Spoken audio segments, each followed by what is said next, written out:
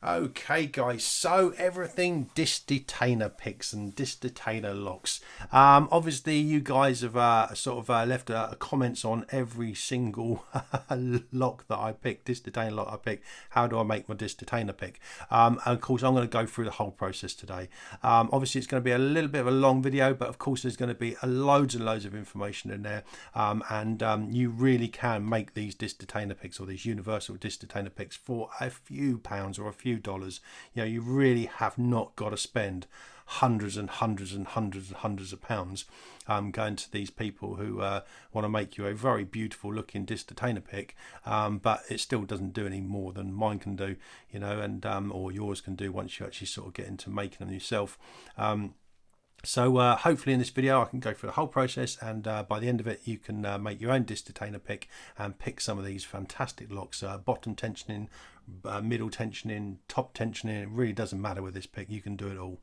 It's going to be in a few parts. So of course this is the introduction part. Obviously you can see I've got some bits and pieces laid out there which we'll go into, and obviously we'll conclude with the actual pick tips and tensioners at the end of the video. So I hope you enjoy this. If you're not already subscribed, please subscribe to the channel, and I really appreciate that. Listen, let's get started.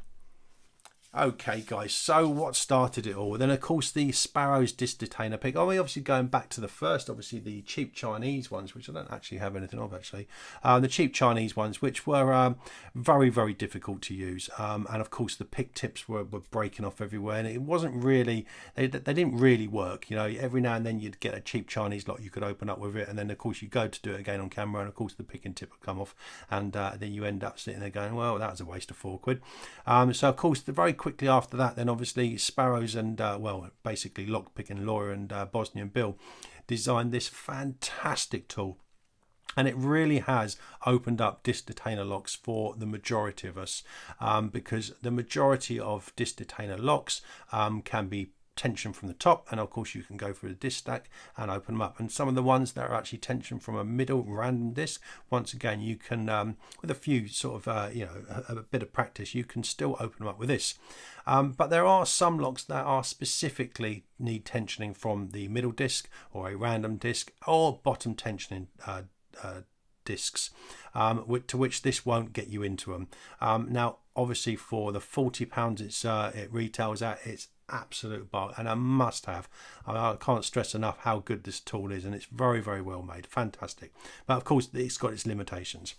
So that leads us on to obviously some of the more expensive ones. Now obviously this is a 3D printed silver bullet, £100, and of course by the time you pay the £20 import tax and the postage, it's a very, very expensive tool. And if you get it pre-made, then I think it's £150 for a unit, and then of course another £45–50 to actually get it back into UK and to use. And of course it does have its limitations. It's made out of 3D plastic. It's very, very tricky to actually put together, and of course it bends all over the place, and you're constantly tinkering with it to actually sort of get anything open with it. The actual picking tips and tensioners are phenomenal, but for £150, it's not really lock sport, is it? So of course it leads you on to why I made mine. Now this is the first one I made. As you can see, it's had a lot of use, as you've seen by a lot of the videos. Of course I'll leave a playlist up in the corner there for all the disc detainer picks, disc detainer locks I've picked. Now of course it's this thing works absolutely fantastic. Now if you've got access to a lathe, or somebody can drill you a hole absolutely true center, then this is a really, really good thing to make actually. It's actually from a 20mm piece of aluminium rod, which I buy like this for a few pounds. As you can see, it's just a solid rod. And you need an 8mm hole bang down the center, and then an 8mm sleeve, which is this is just an 8mm 6mm stainless steel tube, and then this is a 6mm 4mm stainless steel tube, and of course the two interact absolutely fantastic, and works really, really well. In this top part here, so you've got a 6mm hole going into a 2mm hole. I've come up there about 3/4 of the way with a 6mm, and then that last sort of bit from about 10mm up is just 2mm, and then I've just put two M4 grub screws in the top there to pinch the actual picking tip there. Works absolutely fantastically well. Now the actual picking tip there, where's my Allen key gone? I had it there a minute ago. Where's that? There you go. Let me just undo that. I'll just quickly show you how I managed to secure everything on there, which is quite important, which I'll go into in the later. That's just a piece of 6mm, 4mm mild steel tube, which is pretty much just like that. As you can see, it's just got a 4mm hole in the center there, and works absolutely fantastic. You just shape this going down to obviously just make sure you can fit the keyway there, and it works a treat. Now obviously, let me just undo this a little further. It comes out of there. So this is the original one, obviously. So now what I've done, I actually put a small hole in the tube there, and I've actually got a pointed grub screw that actually goes right the way through the tube and actually nips up onto the actual tensioning tip there to obviously secure that so you don't keep spinning around. So that worked really, really well. And like I say, if you can get a true 8mm hole in the center there, then once again, these tubes, these stainless steel 8mm tubes are they're a pound, you know, as is the 6mm stainless steel tube. They're so cheap, especially if you buy the offcuts. And then of course you just need your M4 screws in the or grub screws in the top there just to nip it up. So that's the first one I made, and it works really, really well. The difficulty I had there is obviously just getting that 8mm hole absolutely bang true, but if you've got someone with a lathe, whack an 8mm hole in there, you're good to go. And of course the benefit of this is obviously you can do top and bottom tensioning, which we'll go into in a little bit. Okay, so the next one, which I think you guys are going to be more interested in. Now this here is the sort of the evolution of this one, because obviously a lot of people haven't got lathes, they haven't got drill presses, and of course they still want to pick these disc detainer locks because they're absolutely awesome. Then I needed to come up with a design that you can make yourself, and no lathe, no drill press is required. So of course I've designed this one, and this works as smooth as this one here, and as smooth as some of the professional, very expensive ones. If you want to spend hundreds and hundreds and hundreds of pounds to pick a £20 lock, you can obviously buy them ones. But this here works absolutely as smooth as smooth. It really does. Now obviously if you've got a normal sort of drill, then you could probably put your little markings in, but if you watch any person who picks disc detainer locks, they very rarely go by the markings. It's probably good to have an index of where your actual picking tip is. Whether you put a little mark in there and there, then that's not a problem, but as far as the actual disc spacings, you just kind of get used to it. You don't really look at the actual spacings, and plus if you actually move your tip slightly down or change your tip over to actually get it pinpoint accurate, it really isn't worth it. You just kind of go through by feel. So of course this one here, this is what we're all here today to see how I make it. And of course you can see all these bits and pieces here, and this is basically the long and the short of the actual pick. So of course what I'll do, I'm just going to get set back up again, and we'll be back in a minute. Okay guys, back again. So as you can see, what I've done, I've just cut the actual bits there to show you the size of the bits and pieces you're going to need. Now this is cut at 32mm, this is cut at 40mm, and this is cut at 8mm, and these are basically the three parts you're going to need to actually make this. This little insert here is actually a 5mm insert with an M4 thread right the way through the center, which we'll go into very shortly. The actual tube itself, obviously I buy like this at 100mm bits. I think it's about 100-120mm, cost me a couple of quid each. As you can see, this is a thick walled 20mm aluminium tube with a 10mm hole, and this is a thick walled 10mm aluminium tube with a 6mm hole. And obviously the two interact absolutely perfectly, and as you can see, there's your disc detainer pick already. You know, you're halfway there already, and you haven't actually drilled a hole. All you've done is just cut two bits off, i.e. 33mm and 40mm, and of course those two there interact, and of course as you can see already, you've now got your disc detainer peg pretty much halfway made.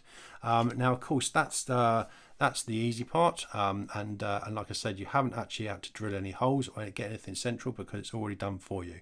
Now this little insert here, now this is a very important little insert. As you can see, this is once again part of this 10mm tube. It's exactly the same piece.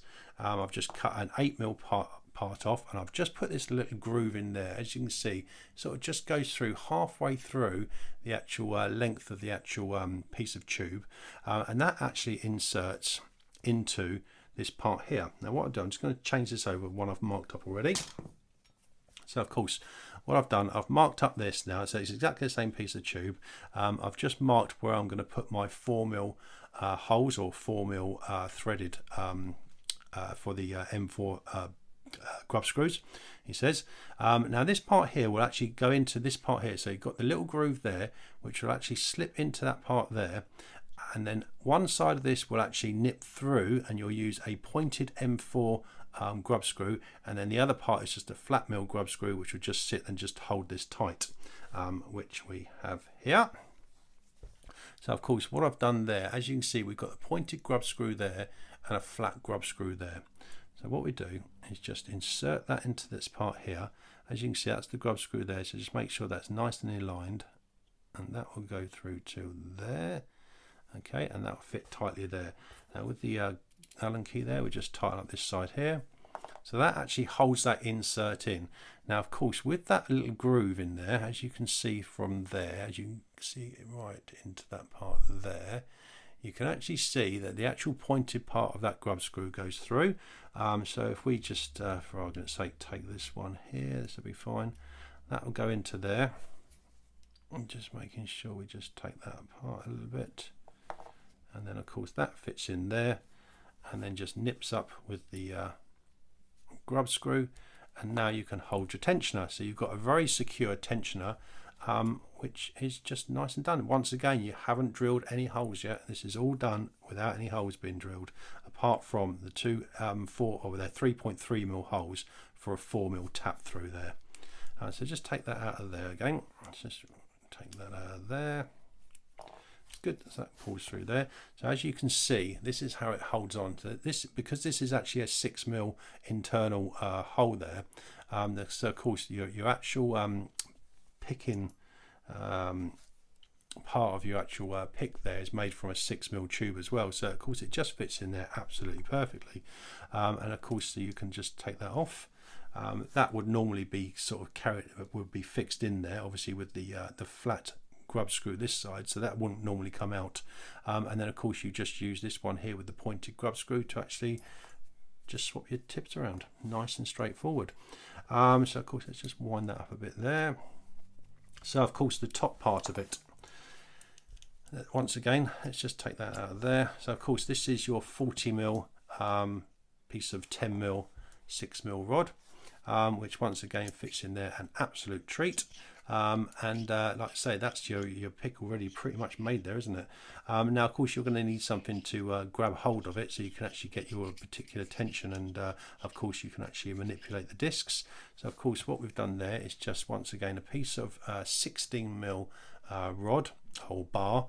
I've put a 10mm hole one side and a 4mm or 3mm hole the other side. Now I'm just going to change that over, because I've just want to show you this one. This one's better.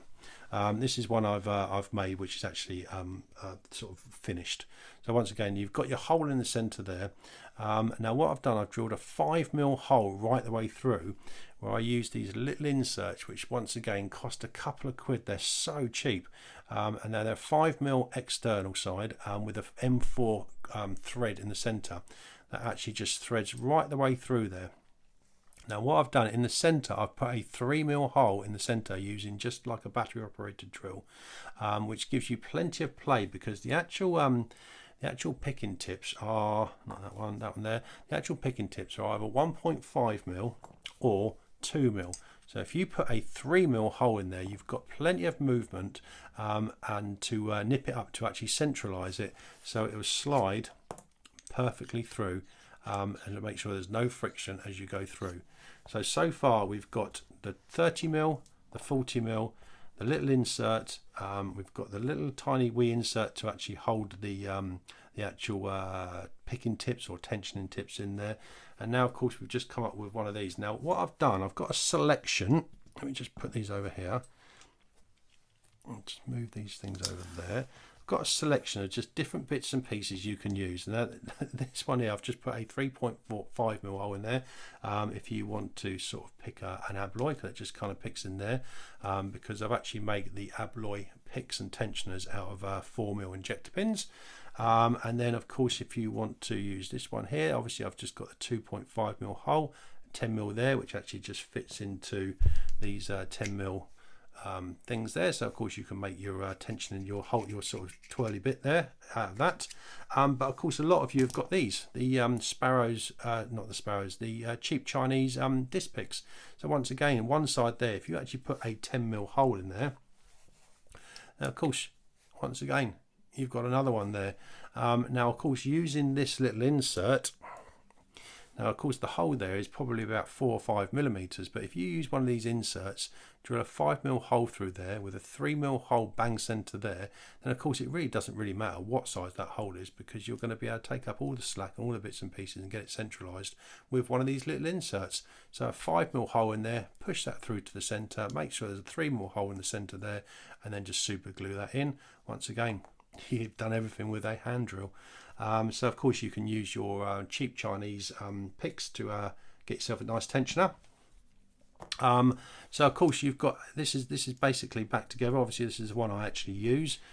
Okay, so that's been through the basic process of how I make them really, and as you can see, you know, we haven't used any sort of heavy equipment, any sort of specialized equipment.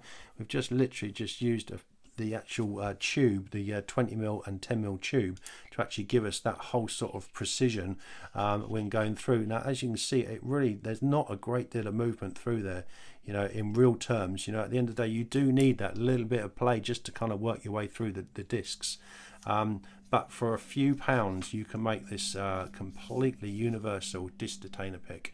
Now of course if you want to change the tips around, because obviously you've got this round body here, then obviously it doesn't matter whether you're tensioning or picking from this body part here, and of course you can just tension from there and just go through there if you wanted to pick from there, or if you wanted to tension from there, then obviously you can just go through and use this one. So a very, very universal tool, and once again I can't stress that this thing only cost a few quid. Obviously this one here I've pimped up a little bit. I've got a brass little sort of turning handle bit there, which works an absolute treat. You'll see this in some videos coming up. So of course tensioning and picking tips, let me just, okay, back again. Obviously with the tensioning tips and picking tips, obviously I've got a whole array of different ones, and of course they all fit because they're all done with the same 6mm diameter tube. Then obviously of course they all fit into the disc detainer pick, whether it be the same one as this one or whether it be the newer version. Let me just push that through there.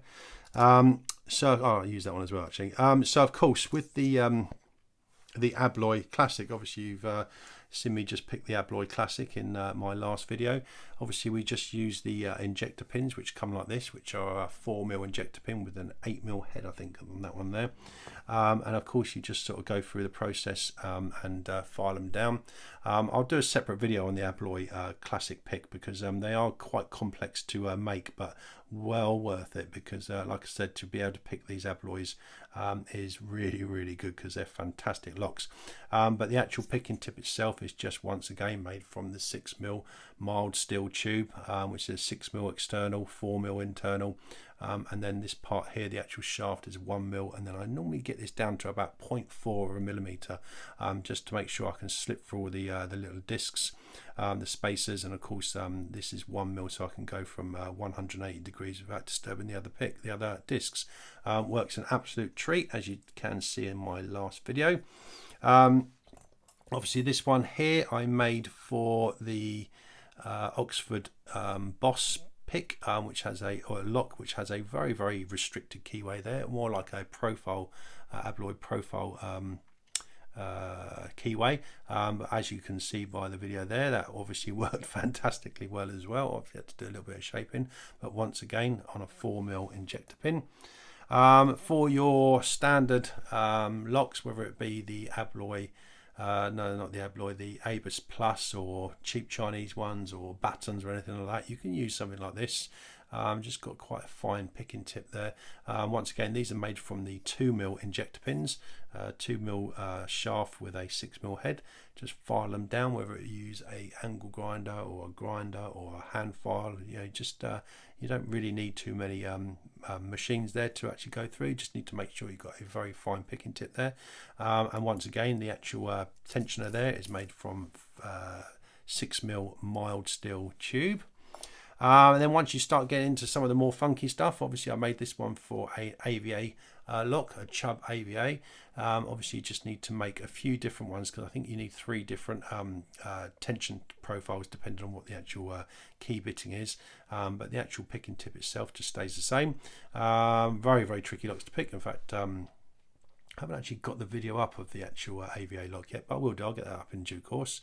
But yeah, fantastic locks, and a really nice simple way of making a pick, once again for a few quid. Wonderful thing. Once again, 6mm tube there. Now this is all silver soldered on, so once again you just need to have some fun learning how to silver solder. This one here is for Abus Plus. Getting confused with my alloys there. Once again, it's you can actually make these out of the injector pins, but I needed one which had a 1.4mm shaft there, so I actually silver soldered that on. I don't know if you can actually see. You probably see at the end there. You can see where I've gone through, where the actual steel shaft there, and then of course this part here is silver soldered. The actual Abus Plus picking tips there, you need to silver solder on. Just used a 2mm stainless steel tube, and then just silver solder this tip on, and then just shape it from there.